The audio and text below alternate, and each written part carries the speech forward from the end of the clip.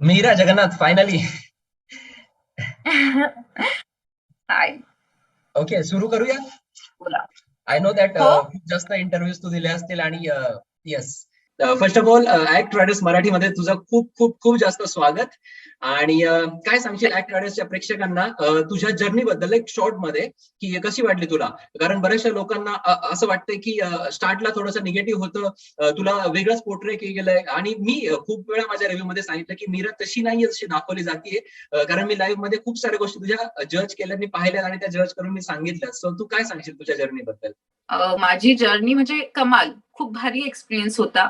आहे तशीच होते मी आतमध्ये, कुठलाही समोर आरसा न ठेवता मी वागलेली आहे, जसा माझा स्वभाव आहे. निगेटिव्ह वाटले लोकांना, कारण मी त्या गोष्टींना रिॲक्ट करायची. मी तोंडावर बोलते आणि मी खरं बोलते, त्यामुळे माझा राग यायचा लोकांना.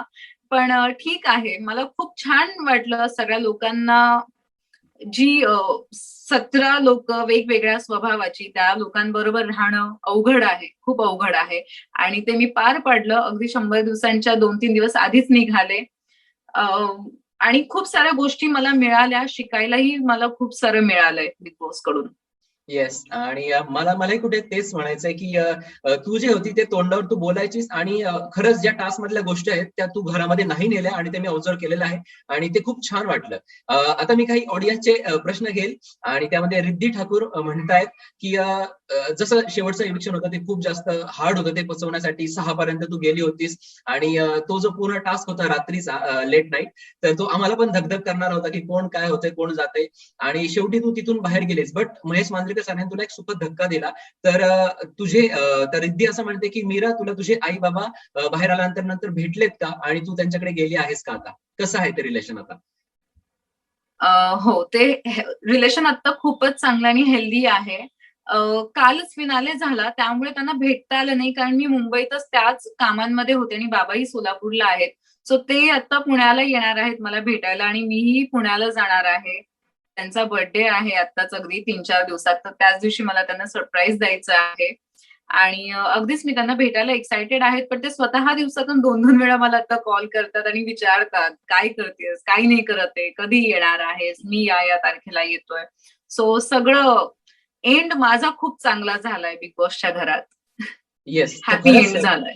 खरंच हॅपी एंडिंग झालं. आणि आपण म्हणतोच की एखाद्या जसं फिल्मों की तरह हमारे जिंदगी में भी एंड में सब ठीक होता है, तसं बिग बॉस झालं तुझं. आणि खूप छान होता तुझा एंड, आणि खरंच तू लोकांची मनं एंडला जिंकलेली आहेत.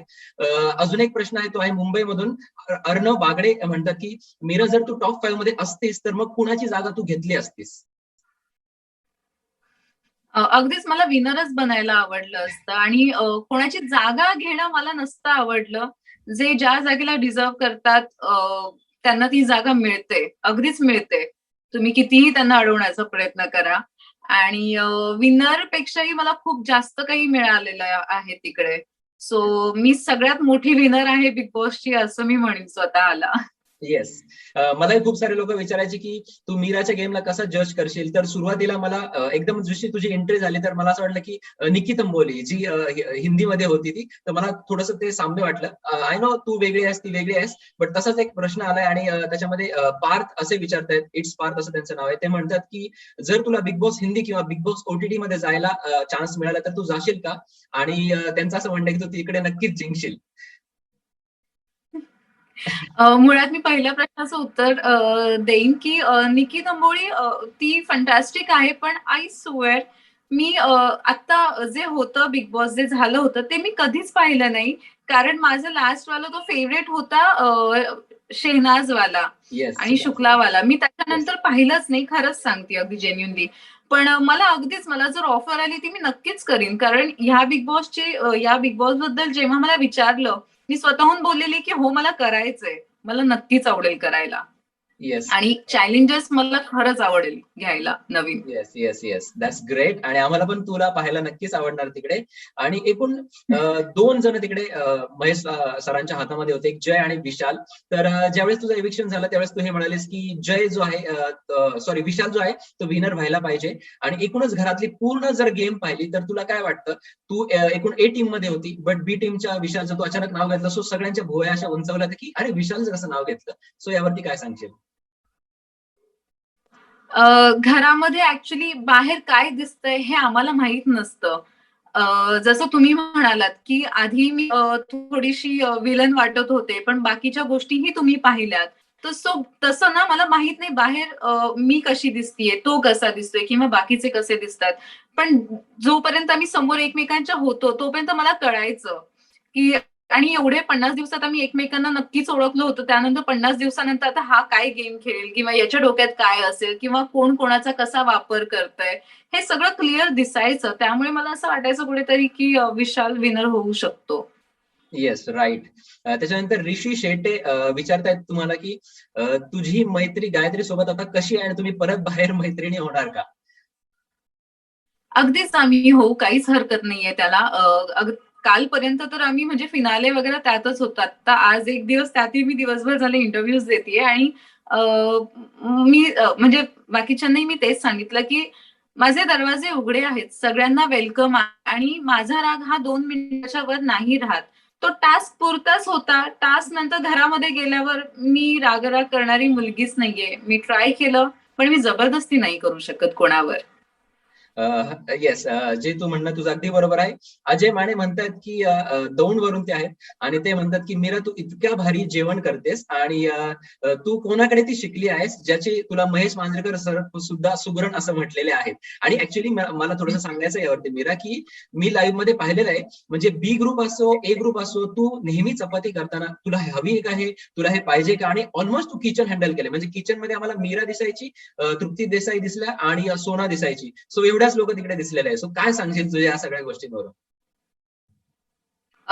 मी तिथेही सांगितलं होतं, मी माझ्या आजीकडून शिकली आणि काही गोष्टी त्यांनी शिकवल्यात, काही गोष्टी आता अ, जेव्हा कामासाठी बाहेर येता तुम्ही, त्यावेळेस आपोआप त्या शिकल्या जातात आणि मला खरंच स्वयंपाकाची इतकी आवड आहे, की मी YouTubeवरतीच पाहून खूप साऱ्या रेसिपी शिकल्यात आणि घरामध्ये मी व्हेज कधीच जास्त बनवलं नाहीये.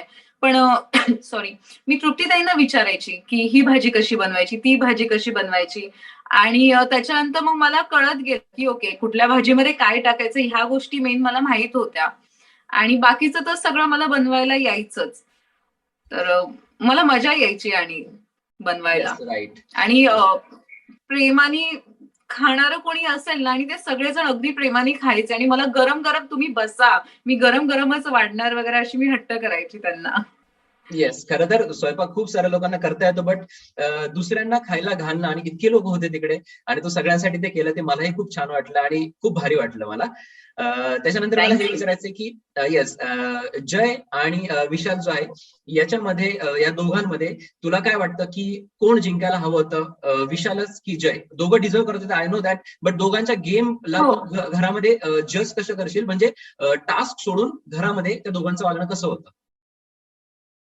टास्क सोडून ते दोघेही सगळ्याच बाबतीमध्ये चांगले होते. पण वरचढ जर म्हटलं तर मग मी जयला नक्कीच बोलेन. असं नाही की तो माझा मित्र आहे किंवा त्याला लहान भाऊ मानला म्हणून.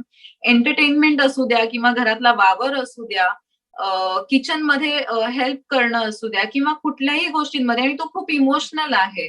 प्रत्येकाच्या बाबतीत त्याला वाईट वाटायचं. म्हणजे तो दुसऱ्या ग्रुपमधला जरी असेल आणि तो बरोबर वागला आणि इकडचं कोणी चुकीचं वागलं तरी तो बोलायचा, "नाही, ते बरोबर केलेलं आहे त्यांनी." तर त्याची सगळी बाजू होती. एंटरटेनमेंट असेल किंवा कुठल्याही गोष्टी असतील तरी. Yes, right. आणि एकूण हा जो पूर्ण शो तू पाहिला, आता शेवटचे लोक असतील किंवा 17 लोक असतील, तर ह्याच्यामध्ये सगळ्यात लेझी, जो कायम घरामध्ये लेझी असायचा आणि काम कमी करायचा, असं तुला कोण वाटतंय याच्यामध्ये असेल? फक्त घरामध्ये जर म्हणाल टास्क सोडून कारण तो येस. टास्कमध्ये चांगला असायचा अच्छा, ओके. विकास. विकास, येस. विकास खूप वेळा झोपताना आम्ही सुद्धा पाहिलेलं आहे. येस. आणि खूप जास्त ते दिसलेलं आहे. त्यानंतर मला एक कमेंट आलेली आहे आणि त्याच्यामध्ये मी माझे जेव्हा रिव्ह्यू करायचो, सो मी खूप साऱ्या लोकांचे मिमिक करायचो. सो मी तुझी पण खूप वेळा मिमिक केलं, की मीरा अशी बोलते, मीरा अशी बोलते. सो वर्षा रोगडे, रोडगे सॉरी, ते म्हणतात, की मिमिक्री करतो एकदा तिच्यासमोर आणि आम्हाला तिची रिएक्शन पाहायची आहे. सो मी त्यांना असं म्हटलं, की मी तिची परमिशन घेणार आणि तरच मी करणार, बिकॉज आम्ही समोरासमोर आहे. तर तुझी परमिशन आहे का यासाठी? अगदीच, अगदीच आहे. तुझं बोलणं थोडंसं एक आपलं जे मराठी असतं ते वेगळं असतं आणि तुझं असं थोडंसं वेगळं बोलणं असायचं. तुझं म्हणणं असायचं की महेश सर मला सगळं माहित आहे, मी नक्की जर मला ह्याच्यावरती काही बोलायचं असेल तर मी बोलेन आणि दादूस माझ्या वडिलांसारखे आहे. ओके. आय एम सॉरी जर तुला वाईट वाटलं असेल तर, but no no no no, बिलकुल नाही, मला आवडतं उलट. म्हणजे ऍक्च्युली मी शाहरुख खानचा खूप मस्त. मोठा फॅन आहे. मी शाहरुख खानची पण मिमिक्री करतो, त्यामुळे मी सगळ्यांनाच सांगतो की मी ज्याची मिमिक्री करतो तर तो त्याला मी काय असं डाऊन वगैरे दाखवत नाही, बट प्रत्येकाचा एक लहेजा असतो. माझे सुद्धा काही लोक काही दिवसांनी मिमिक्री करतील ज्याशी मी डोळे वगैरे मिचकावत होते. सो येस, तर एकूणच येस हे सगळे प्रश्न होते. मग मी सांगेन की शाहरुख खानच्या, नाही मग मला एक प्रश्न आहे, प्रश्न नाही, मग मला माझ्याबद्दल काहीतरी दोन चांगले शब्द बोल, चांगले हा. शाहरुख, मला पूर्ण प्रश्न नाही कळाला.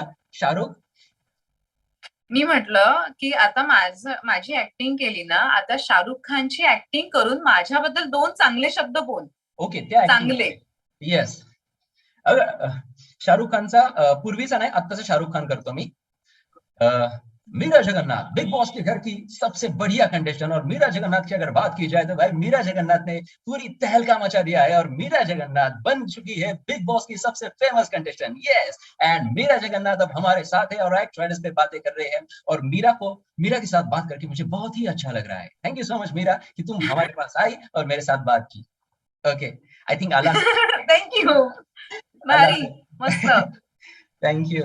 हा. मी सोनाचा इंटरव्ह्यू घेतला, आदिश आणि आविष्कारचा घेतला, ज्यांचे मला खूप फॅमिलियर वाटले, बट मला असं वाटतं की मीरा तुझ्यासोबत बोलताना मला असं वाटतं की मी माझ्या कुठल्या तरी फॅमिली मेंबर सोबत बोलतोय, आणि खूप भारी वाटलं ते, खूप भारी वाटलंय. मला लोक शिव्या देत होते की तू तिच्याबद्दल का बोलतोय, तिच्याकडून पैसे आले का वगैरे. म्हटलं अरे प्रत्येक गोष्टी पैशावर नाही जज होत, आणि मी वरती लाईव्ह पाहिले आणि मीरा जगन्नाथ काय आहे ते मी पाहिले, आणि एंडला त्या प्रत्येक माणसाने ते हे केलं, ऍक्सेप्ट केलं की होय मीरा जगन्नाथ जी आहे ती अशी आहे, आणि एंडला तू सगळ्यांनाच खूप जास्त आवडली आहेस. सो ऍक्ट रायडर्सच्या प्रेक्षकांना तू काय सांगशील, जे तुझ्यावरती खूप सारे प्रेम करतात आता, आणि काय सांगशील तू त्यांना? आधी तर थँक्यू सो मच. मीही दोन व्हिडिओज पाहिले तुमचे, ज्याच्यामध्ये आधी मला ट्रोल केलं होतं आणि त्याच्यानंतर मग माझी बाजू घेतली. मला ऍक्च्युली हेच सांगायचं होतं की तुमच्या सारख्या लोकांमुळे ना आमची पॉझिटिव्ह बाजू ही दिसते, जी आमच्यासाठी फायद्याची असते. काय होतं, 1.5 तासामध्ये ना टास्क जास्त दाखवला जातो, त्याच्यामुळे मी टास्क इतक्या जिद्दीने खेळायचं असतं आणि मला जिंकायचं असतं, त्यामुळे तिथे अग्रेशन, राग सगळं काही निघतं. पण बाकीचे तुम्ही म्हणजे जवळजवळ खूप तास तुम्ही आतमध्ये घरात असतात, तो स्वभाव कोणीच पाहिला नाही. Sorry. Yes, right right right.